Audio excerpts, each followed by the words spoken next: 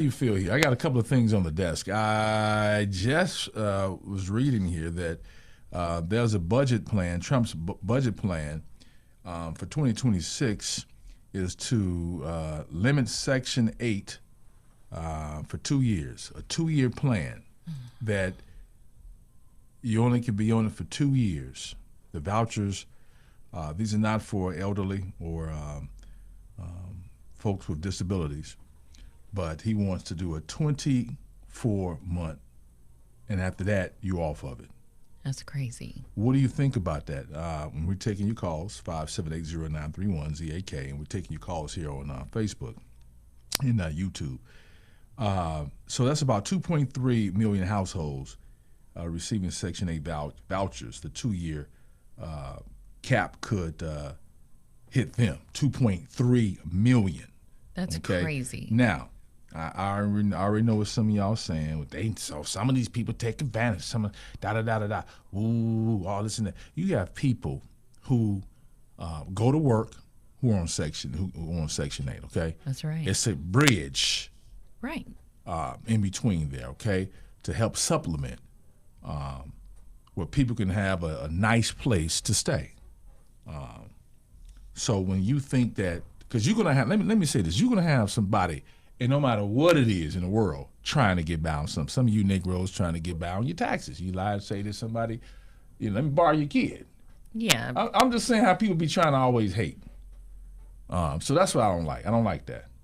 You don't, but you can't take a hatchet. You can't just cherry pick these, people who are taking advantage and really destroy so many families. You know what I mean? Small. That's not that many like that, Kenya. Right? Like you said, that's like very no. Every 2 years, that would be devastating. 2 years? That comes up so quickly. What? So imagine enrolling your kids in school. My school, all that. They got used to living. Going to this particular school. The grades are going this way. Then you're going to abruptly say, "Hey, you guys to get off now. I got to go find somewhere to try to." You know what I mean? Then there's homelessness that can go after that. And if you are currently a landlord who's already accepting Section 8, imagine trying to chase after people for every 2 years. Every 2 years. You don't have to be evicting people every year though. I think every year, don't we? I know, but once their 2 years is up, then you have to look at these families who've been living in that home, doing the best that they can, and you got to kick them out now. You got to take everybody to court. It's just what is your take? What is your thoughts? It's an open conversation here about this budget plan for 2026, again, that would give a 2-year limit on Section 8. Wow. And again, I gave the number, 2.3 million households would be, have to deal with that. Yeah. Up next, 578-0931 So you talked about this and what's trending. Humanoid pregnancy robot. Artificial womb going for $14,000. Are we going too far? Are we messing with God nature here, with the way that God created things? Are we going too far? Are you saying, oh no, this is good, Silk, I like it? Well, you can have the robot, the humanoid pregnancy robot can be there with you. You don't have to go through the pain yourself. Kenya, you asked the question. You said, will the baby have a what? Will the baby have a soul being born from a robot? Like, don't you... That the whole human process, it gives the child a soul, right? Can a child have a soul? They've been working on this for a long time. Like, I could see how they 3D print an ear or, maybe some tissue for a bone graft or something like that. But a whole child, full term, and then what's the back end of that? Who's going to be able to get these kids? Is it sexual predators that's going to be able to have these kids? Like, I don't know. It's way too many things. What do you think, family? Are we going too far? Are we messing with nature too much here? Yeah, that's my opinion. Humanoid pregnancy robot. Only $14,000.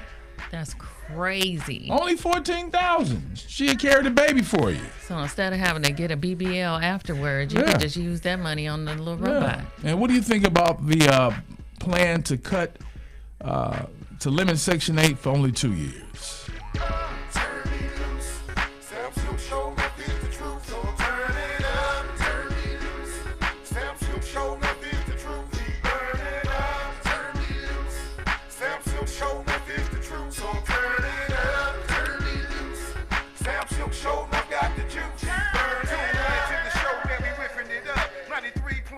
A lot of folks. Let's see what y'all got to say about this. And we welcome you around the country, those you watching. Leave your comments here, and we're taking your calls, 578-216-578-0931. Hey, welcome to the show. What's going on? Hey, I just wanted to chime in on the Section 8 guidelines, or proposed guidelines. Yeah. I actually don't think it's a horrible idea. I think the timeline may be a little bit off.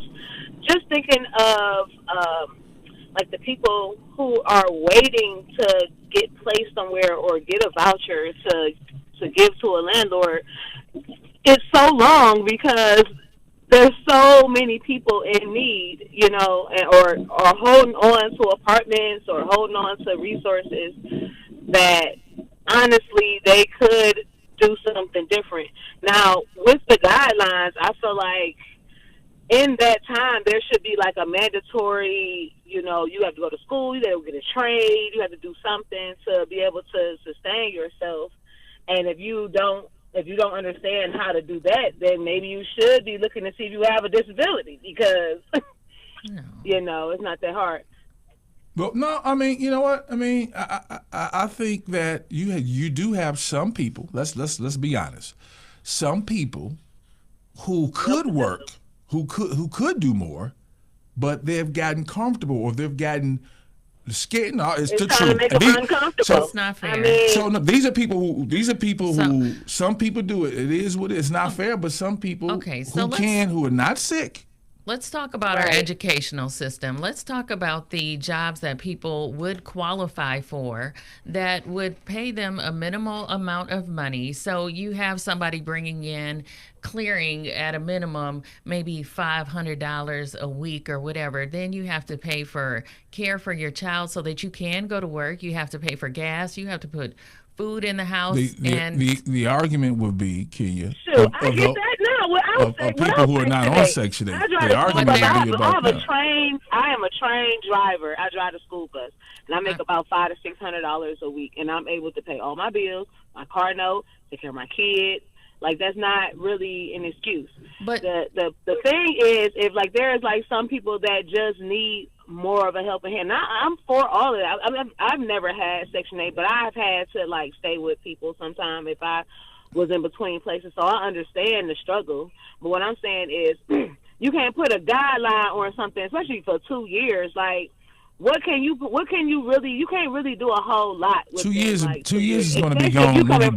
When you blink, 2 years ago. Right. You know, if it was 4 years, I could get with 4 years. Because in 4 years, just say your baby start at age 0. By this time, they're getting ready to enter into pre-K or Head Start, you know. And during that time, even if it's part-time, you could be working on some type of trade, because we do need tradespeople. We need them more than college people. So make it to where they got to go to OTC, or they got to go to Tri-C, the workforce thing, or go to Ohio Means Jobs. But don't they have this, though? This is already in play, though, I believe, right?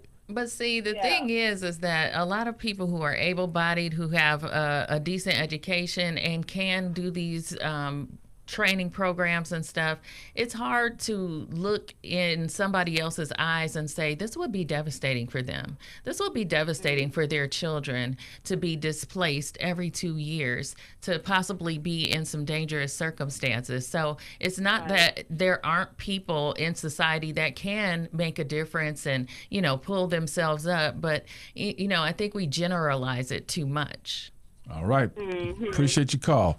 Hey, welcome to the show. What's going on? I can speak for landlords on this one.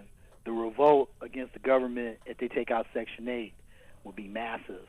Well, if they make actual legislation that gets close, it's going to be massive.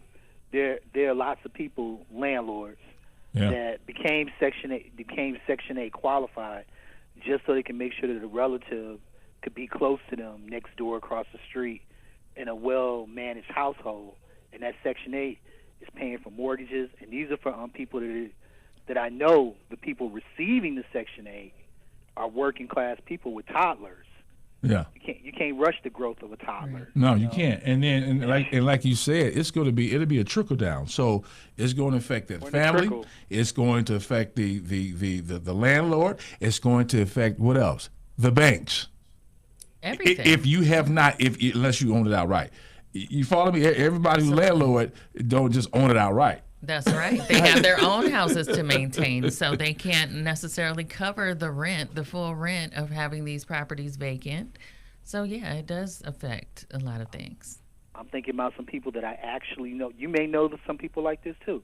For sure, that's exactly what they didn't even want Section 8 until their sister came up pregnant, needed some help, and they were like, okay, well, I could buy this house. And you could get in here as long as you're working. Nah, Todd, you telling too much. You're not supposed. That's legal. It's legal. It is. It's legal. I can get one and put my family member in it. And I don't know about your daughter, but yeah. I can do my cousin. You can do your daughter. You can do your cousin. I didn't know that. I thought you could do that. Who's ever qualified to get Section 8?